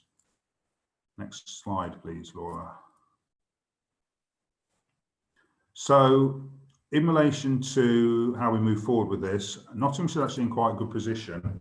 We've got some established groups that have been working together for a number of years. We have a NOTS Waste Officer Group, and we also have a member-led Joint Waste Management Committee. We have Task and Finish Recycling Officer Groups that have done a lot of work together in the past. And across Nottinghamshire, we're quite unique in the fact that we do have a consistency of collections. So all of us operate an alternate weekly collection service with dry recycling 1 week and residual waste the next week, not in the same coloured bins, I would add. And as I've pointed out, these groups are supported by Nottinghamshire County Council and also Veolia, but there is likely to be a significant change to the contract and the facility needed, which may mean meeting the 2023 or the current 2023 deadline difficult, if not impossible. Laura, last slide. Thank you. So apologies for why we cut out. I'm not quite sure why we did. If anyone has any questions, I will do my best to answer them. Thank you. Thank you very much, and thank you also to Laura to supporting to get that back going again. Much appreciated.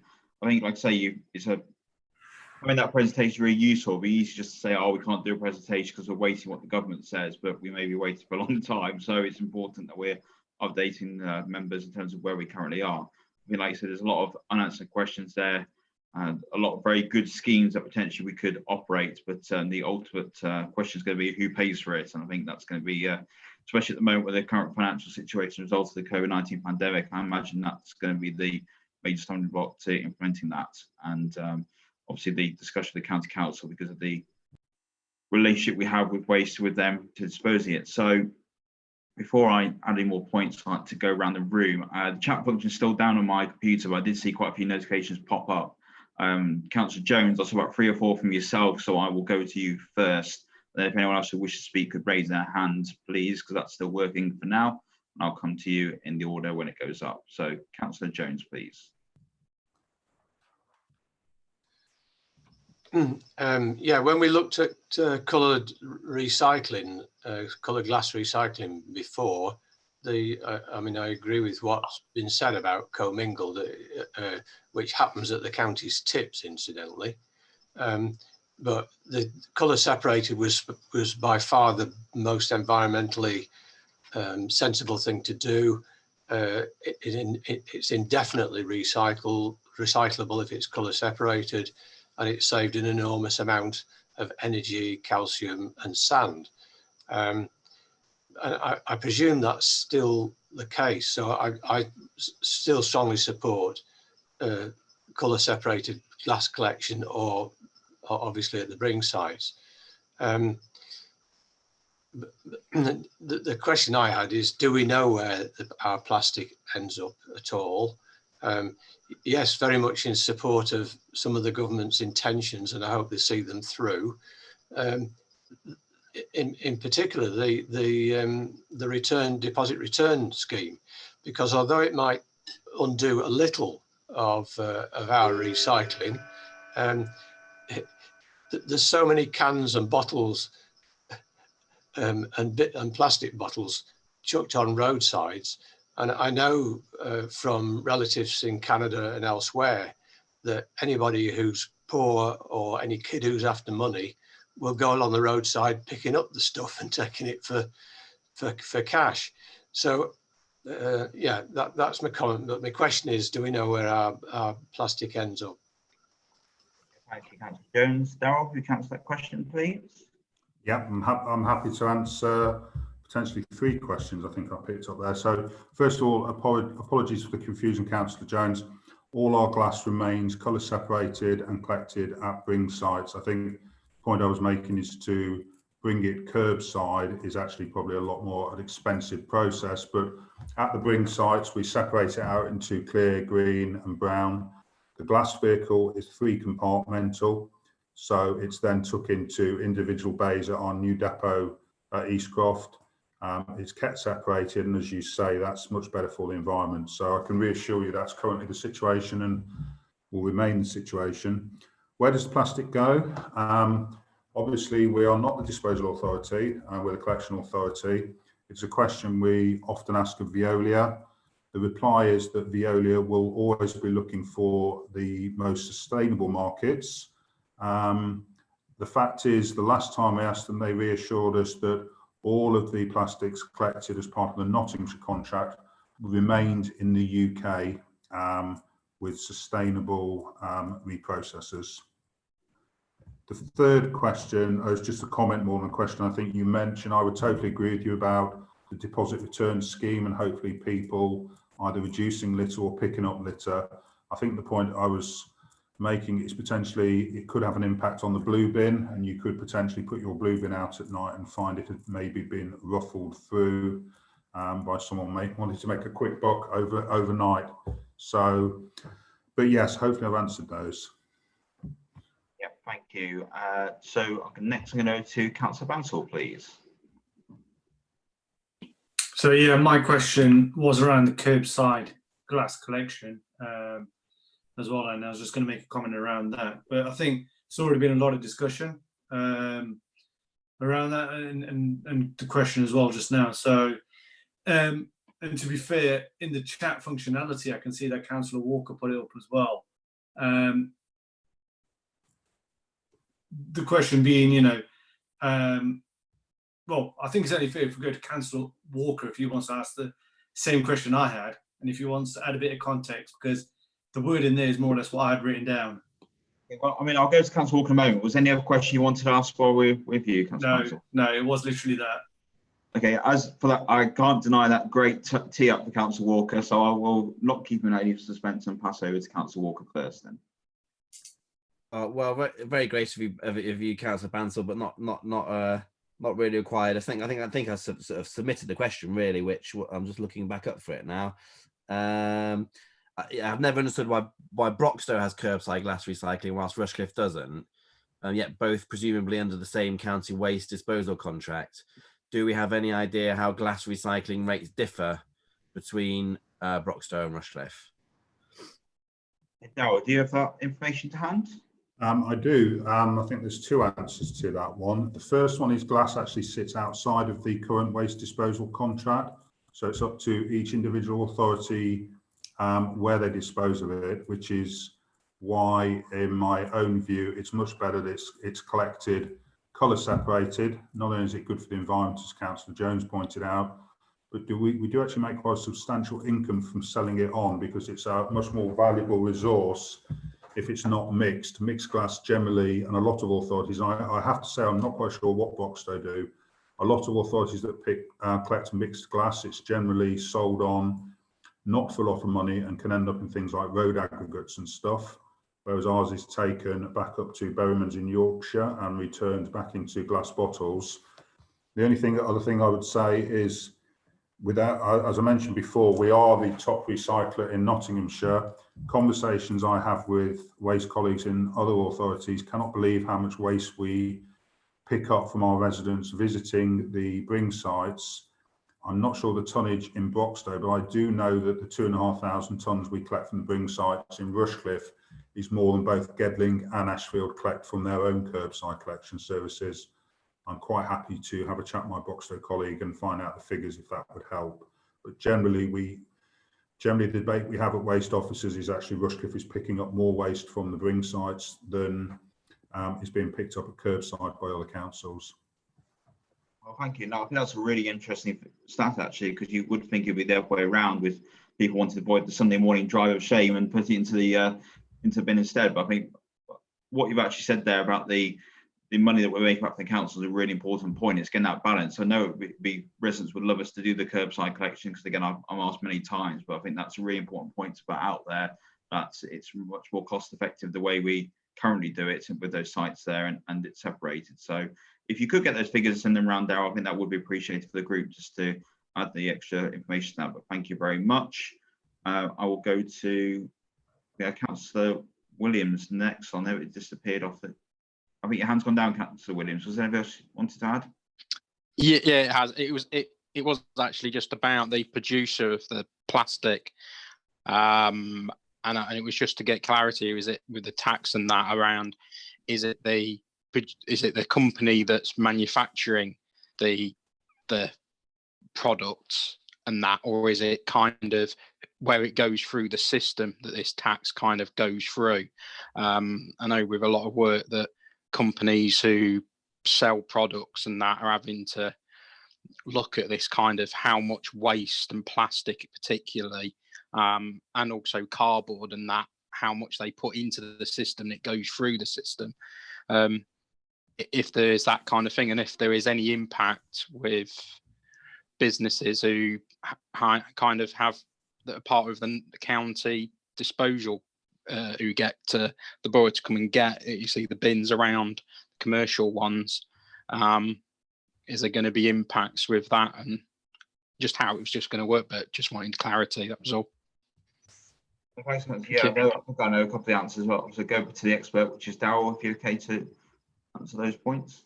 Yeah, I think under the polluter pays and producer responsibility, there's still a lot of detail to be drawn out.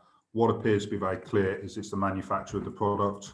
So it's the manufactured product that will pay for the whole sort of net, I think we refer to it as the net cost of collection and disposal or recovery of that product. So for instance, as an example, Coca-Cola would probably have to cover the cost of the reprocessing, disposal costs of the bottles of Coca-Cola they produce. There shouldn't be any impact on any other supplier or seller. What is hoped is that with the potential plastic tax, and Coca-Cola is probably a bad example because actually their bottles are relatively easily recycled. What is hoped with the plastic tax, the two-pronged approach, is that manufacturers will start using more recycled material in their plastic, which is a lot easier to be recycled, and therefore the markets will become larger and hopefully more sustainable. Okay, thank you very much. And I say I'm told that the Borough Council did make a decision years ago, as well on the around the glass collection. To go back to the previous point about that, it was both been more effective to the way we are doing, as we've already mentioned. So thank you for that, Councillor Williams. Just to clarify as well, just to make sure I'm right, Darryl, in terms of the collection from the trade, that is the City Council who, with those large bins everyone sees everywhere, it's still the City Council that does the industrial collections really from the businesses. That's correct. So businesses have a number of options, so they can use a number of private companies. City Council is one. We stopped doing trade waste a number of years ago now, but there's other councils such as Veolia, Biffa, etc., that will carry out the services, but it's not one that we provide. Okay, no, that's great. Thank you. So, Councillor Mallender, put your hand up. Thank you, Chair. Yeah, there's a lot to unpack there, isn't there? There's, I think the responsibility of the polluter paying for the packaging is something that's will absolutely need to come in as soon as possible. We need to sort of get to a point where if it's something can't be recycled, then it shouldn't be going into the production stream in the first place. Taxation on plastics is fine, but it has to be a way of driving alternative packaging to plastics at all, because we just can't keep taking carbon out of the ground and chucking it into the atmosphere and into the environment. It won't work, and ultimately we're committing suicide as a species by doing that. It's that's not saying that too strongly. That is what we are doing at the moment. We need to make sure that we don't keep doing that, and we need to play our part. And it's great that the government are finally coming on board in respect of this. I think what we also have to do is make sure that where plastics are picked up and recycled locally, we have to make sure we've got the capability to do it. There are any number of items that you can see for sale now, and it says on them, this item can be recycled. And what they don't say is, this item can be recycled locally or even within your country. I mean, that's what the situation we had with Tetra Paks for a very long time, when there was only, I think there might even still now be just one plant in the entire country that still that does recycle Tetra Paks, that place up in Glasgow, and everything gets collected from all over the country and sent up there. So it's not just a case of, is something recyclable? Is there actually some plant out there, some place out there that's actually doing it? Otherwise, we're just deceiving ourselves. On the point that Councillor Walker raised, back in the day, there was I think about 2003, something like that. Rushcliffe and Gedling did look at getting together to jointly purchase a curbside glass recycling wagon. And there was a political change in Gedling that meant that never went through. It was too expensive for just one authority to buy it. And I still think it's worth looking, even if we can't afford one on our own, to see if there's any other authorities around Nottinghamshire who might be willing to share the cost, whether it's a city or another borough or district. Yeah, because if we can, as people are rightly saying, if we get the glass collected separately, then it can be reused. If it's all sort of commingled, then it ends up being used for glass top or something like that instead for road surfacing. So be very pleased to see some of this coming through. I agree that just sort of flicking through some of the bits of presentation here, I'd be interested to see how things are going to happen with the PFI. When we're saying that's likely to be major contractual and facility changes, is that something that's going to happen anyway, because it might need to, or is that going to be just driven by the proposed national legislation? And do we know how that will affect the collection that we're doing at the moment? So this PFI has another 13 years left to run, I think. And we know that the plant, a lot of us have been to on a visit there. Councillor Combalak has organised a couple of them now. If you haven't been yourselves, I'd recommend going. But she bought a whole load of plastic materials along and was basically going, can I recycle this? Can I recycle this? Can I recycle this? And pretty much got stonewalled by the people there, the Veolia reps, who were doing their job, but it was, if you have a plastic carton this sort of size, and it's the same material as a plastic carton this size, and they couldn't recycle the larger one because they're recycling by size, not just by the type of plastic as well. So there's a whole load of issues there about the recyclability of items. And there was one last question I was going to ask at one point. If we're now getting national legislation coming forward that is actually going to force us as a country down the route of making sure less goes to landfill and considerably less goes to incineration. Why are we considering having an incinerator put in place at Ratcliffe-on-Soar once the existing power station's gone? Well, thank you for those points, Councillor. I'll go to, I think Dave's got his hand up first to answer those points, so go to Dave first. Yeah, thank you, Chair. So the County Council, we were aware through the Joint Waste Management Committee, were due to have a contractual review anyway exercise, and we would have participated in that through the Joint Waste Management Committee anyway. That was paused to take account of the Environment Bill, essentially, because it made sense to actually combine both of those two elements. So the contractual sort of review, how's it going, etc. Have we got the right input specification as we've discussed this evening? But obviously then make sure that any changes that came from that review also may comply with the national consistency of the collection. So that work is very much still to be done, obviously in light of the Environment Bill. So hopefully that helps.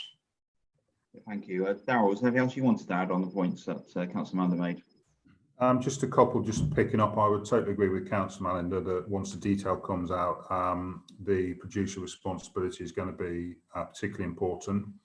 I'd also agree that some of the labelling and comments on packaging is probably not particularly helpful in some areas, and it's something that as officers we do get asked quite a lot. And I understand that there may be changes afoot on packaging regulations about exactly what can be put on there, because saying something's recycled when it's not in Nottinghamshire doesn't actually help.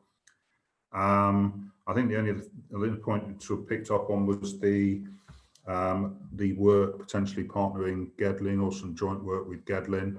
I think the only thing I would say on that is it's really important in my view that we make sure that if we ever did visit or revisit curbside recycling again, we need to keep the glass separated. That's really important, which I think a number of members have made. Curbside, and I would also just reiterate again that the fact that we pick up more from our bring sites from our residents, pop into the supermarket and recycling more glass than a lot of curbside schemes, it's probably a lot more cost-effective way than doing it from the curbside. We have little evidence that a lot of people are putting glass in their residual bins. So yeah, I think from a sort of glass recycling point of view, we're actually doing quite a good job at the moment. Okay, no, thank you very much. And I say those points I think everyone's raised so far have been absolutely spot on with, and obviously thanks Darryl for the answer you got there. So I've just seen that Councillor Jones got your hand back up again, just checking that's not from before. No, it's not from before. Okay. Thanks. I fully support Councillor Mallander's comments about reducing massively the amount of plastics around. And I was hoping as well that the government was going to put some pressure on to simplify the range of plastics that are made, because my understanding is that's part of the complexity. One thing that I'd like to emphasise, but I know it's the disposal authority's issue, is the amount of electrical goods and LCD screens and the like, which are now part of the human litter. And I understand that in some parts of the world, some of this is far better recycled than here. So in any dialogue with the county, I would have thought there must be some potential business in the UK that could get going on making better use of the many complex chemicals involved in screens and in electrical goods. But I have two questions really, which is the domestic battery collection scheme still working at the same level, or does it need more promotion? And are we actively promoting enough the purchase or provision of composting bins for householders? Thank you, Chair. Councillor Jones, Darryl, you want to answer those points? Yes, thank you, Chair. Thank you, Councillor Jones. Councillor Jones is probably pleased to hear that the battery recycling service, which has been for a number of years now, remains very popular, very consistent. We average around 10 to 12 tonne of batteries collected each year, which doesn't sound a lot in the grand scheme of things until you actually see it piled up at the collection points back at the depot. So yeah, it's a very popular service. And yes, as well as promoting our own garden waste service, we do also have links, which is a Nottinghamshire-wide campaign to discounted compost bins on our website, and that is quite regularly promoted through things such as Rushcliffe Reports.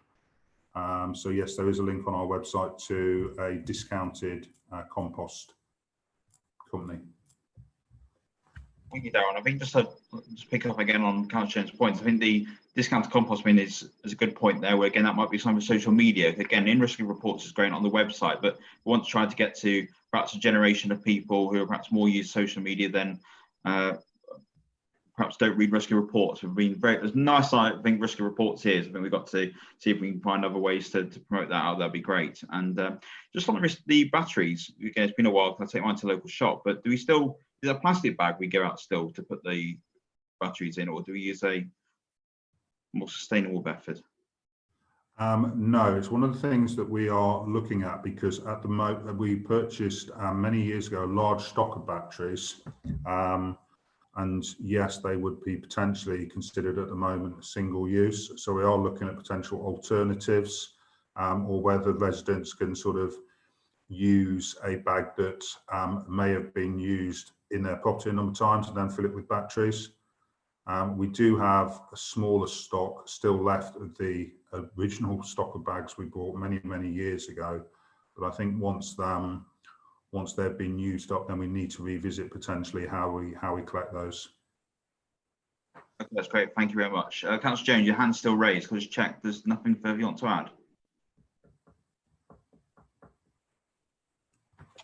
add? No, thanks. I am aware that in other boroughs, both food waste and things like batteries have separate slotting compartments in bins.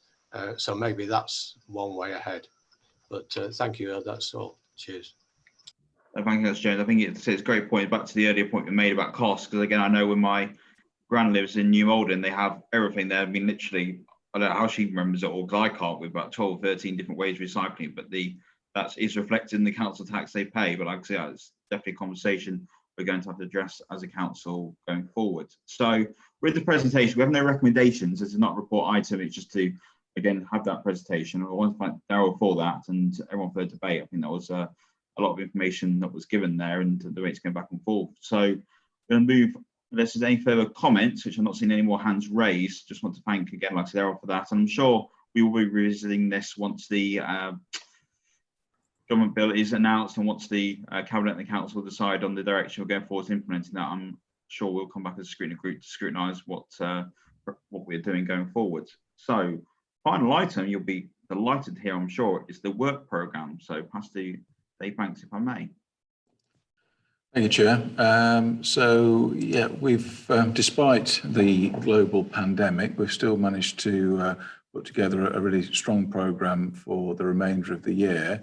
So in effect, tonight was the meeting that we would have had in March, and then effectively the July meeting is now being scheduled there for the 27th of August.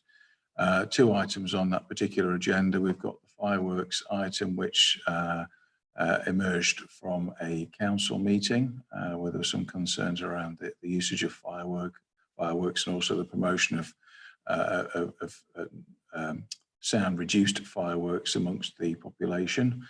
And then the second item there is about the Rushcliffe Equality Scheme, which again, as touched on from the Cabinet report around the COVID work. So again, that'll be an opportunity to scrutinise the current Rushcliffe Equality Scheme and make any recommendations which can then be incorporated into a further version of that particular scheme. And then on the 7th of October, we've got future of Edwarton Golf Course and flooding and drainage. Now, that meeting has been moved to accommodate the lead flood authority, the county council, to be able to attend the meeting. Obviously, if we're going to talk about flooding, it's really important that the lead flood authority are in attendance.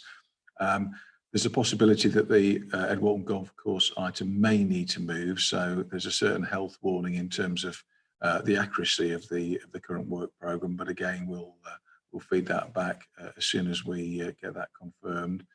And then on the 28th of January, we've got the carbon management plan update, which is a request that we said we would bring back any progress on the action plan and our work on carbon reduction each year to the community scrutiny group. And then we've got the second part of the dog fouling, litter and fly tipping. So we'll be featuring and talking about the work that we undertake to tackle both dog fouling and littering. So at the moment, the 29th of April doesn't have any items on the agenda, but I'm sure that will be rectified fairly soon. That's it, Chair. Thank you, Dave. I think, like I say, it's worth saying, like the work programme has a lot of move around, like we said, because it does also depend, as you can imagine at the moment, a lot of our officer resources go into the current pandemic, and we have to be mindful of the fact that producing these reports is very time consuming. Last thing we want to do is rush an item, and much rather, if we have to delay it, to make sure we have the full information we need to scrutinise. And I just want to remind everyone of what Dave just said there, the October meeting has changed, so please update your diaries. If you already had the meeting, I think it was originally the 15th, if I remember correctly, it's now the 7th. It couldn't be the 8th, probably there's planning that night, so we obviously couldn't clash on that day if you wonder why it's changed to a Wednesday as opposed to a Thursday. Is there any comments anyone wishes to make on the work programme? If you raise your hand now, please. Councillor Williams. Thank you. I just wanted to ask about the dog fouling, littering and fly tipping part 2. I know tonight we've discussed fly tipping, so I presume that we're going to be talking about dog fouling and littering as the other two areas. Would it be possible to kind of get like updates on kind of with the fly tipping, because of course being in January, hopefully with restrictions with COVID and all that, is potentially to get some updates around how the levels of fly tipping leading up to that meeting. Thank you. Absolutely great point. I'm sure we can do that, Dave. That's okay with yourself? Yeah, happy to undertake that, Chair. It'll be Jeff Carpenter again delivering that presentation anyway, so I'm sure Jeff will have some data in his back pocket about where we are on the fly tipping side of things as well. And absolutely, and hopefully we can also get an update on the other motion, the additional recommendation we put in as well, Dave. We've been trying to add that in if the Chief Executive and Cabinet have discussed it by then. Okay, Councillor Mander, please. There you go, I'll unmute. Just on the equality item, back in sort of 2007, 2008, there was a group I think called Rushcliffe Equality Partnership, and I was on it for a while as a rep from the council. I don't know what happened to that. I think it might have been something that was being run by the county council, and it was one of those outside bodies that we used to appoint people to, but I don't think we do anymore. And I was wondering if that still exists and if that's something that maybe we could look at, see if it's still there. Okay, Dave, do you have information? I'm not aware of that particular group. However, both this particular item and report will be progressed by Sam May and indeed Derek Hayden, the community manager, and of course he's well plugged into a whole range of different community-based groups. So that information will be brought back within the report and discussed on that evening. That'd be great, because it's something that seemed to disappear after a number of years and nobody seemed to know where it had gone to. Yeah, we'll get that information. I'll also try and find out behind the scenes as well, so I'll have an answer for you as well, Councillor Mander, as to where that went. But it's worth saying with the equality scheme, it was due for review this year anyway. Obviously, in light with recent events, it was especially more prevalent to bring that forwards, but that was due because I said the current equality scheme was due for renewal in 2020. So I'm just seeing Councillor Walker's hand gone up. Thank you, Chair. I've got a horrible feeling I asked this question last time, and therefore, obviously, if I didn't listen to the answer. But in terms of the work programme and us being able to react to things that happen or that are happening locally, I'm not clear on the sequencing of the governance what's it called? The sort of top level scrutiny board and whether Overview group. corporate overview group, easy for you to say. Are they timed suitably so that we can get something? If we've got a good shot of getting something through that in time for the in time for the meeting or the meetings afterwards. You mentioned that April's clear at the moment. So where would we be looking at in terms of what we would need to be getting something through corporate overview group in time for the April meeting? Well, of course, yeah. I think first of all, it's worth saying that it needs to go through the scrutiny matrix, which has been revitalised. I'm sure you've all read Charlotte's email. And Charlotte, if you watch on YouTube, I'm pushing it, I promise. So if you, any idea how, I think Councillor Walker, you're a perfect example of that, with what you put forwards, what we're discussing tonight. And what I'd say to all members is to fill out that form, put it forward. What then happens is everything that's gone through the matrix then comes to the corporate overview group, and myself and Councillor Banks will sit on there as representatives, as also the chairman and vice chairman of this group, and is then decided by the members of the corporate review group where the item goes to. First of all, obviously we decide whether it can be scrutinised. Of course, there may be an item which isn't suitable for scrutiny, and that goes to cabinet or to never method. But if it is, it then gets slotted into either ourselves or to the other two scrutiny groups for consideration. So what I'd say is put that in. If you want to copy me in terms of the matrix, I'm more happy to have a discussion with any member about the item and see whether any tweaks we can do. And obviously at the corporate overview group, I'm sure Councillor Vance was the same, we will obviously make that representation on behalf of any member of the group to pushing that forwards. But that's what we need to do. In terms of timing, the corporate overview group for August has been postponed just because we had one, again, only a couple of weeks ago, and there wasn't any items there. But I'm 99% sure there's one before our next meeting in October. And to be honest, even if it went through the meeting, if it was meeting tomorrow, we probably wouldn't get that on the agenda for the next meeting because, again, the officers need time to put together reports.